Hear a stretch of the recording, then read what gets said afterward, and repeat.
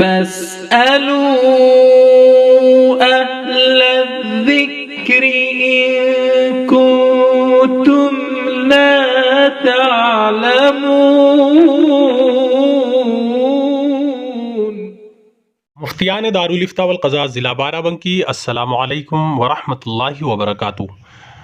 مفتی صاحب، ناپاکی کی حالت میں عورت نماز، روزہ، تلاوت نہیں کر سکتی ہے، جبکہ یہ وقفہ 3 دن سے لے کر 10 دن تک کسی بھی عورت کے ساتھ پیش آ سکتا ہے۔ سوال یہ ہے کہ ناپاکی کی حالت میں عورت کس طرح کا نیک عمل نہیں کر سکتی ہے؟ تفصیلی جواب دینے کی زحمت کریں۔ سائل ہیں محمد خالد معرفت مفتی زاہد صاحب، میرٹھ۔ وعلیکم السلام ورحمۃ اللہ وبرکاتہ۔ بسم اللہ الرحمن الرحیم۔ الجواب وباللہ التوفیق۔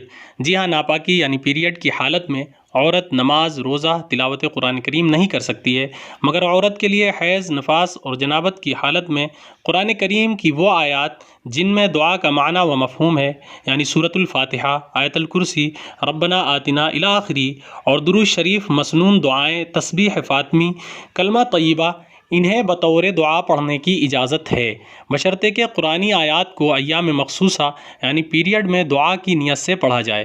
قرآن کریم کی تلاوت کی نیت سے دعائیہ معنی و مفہوم والی آیات کو پڑھنا جائز نہیں ہے۔ نیز حالت حیض یعنی ناپاکی کی حالت میں عورت کے لیے مستحب یہ ہے کہ وہ اس بات کا بھی اہتمام کر لے کہ ناپاکی کے دنوں میں ہر فرض نماز کے وقت وضو کرے، اور جتنی دیر نماز پڑھنے میں لگتی ہے اتنی دیر مصلی پر بیٹھ کر ذکر و اذکار، کلمہ طیبہ، درود شریف، استغفار وغیرہ کرتی رہے، تاکہ عبادت کی عادت اور پاکی کے ایام کا ضیاع نہ ہو اور مستحق اجر ثواب ہو سکے۔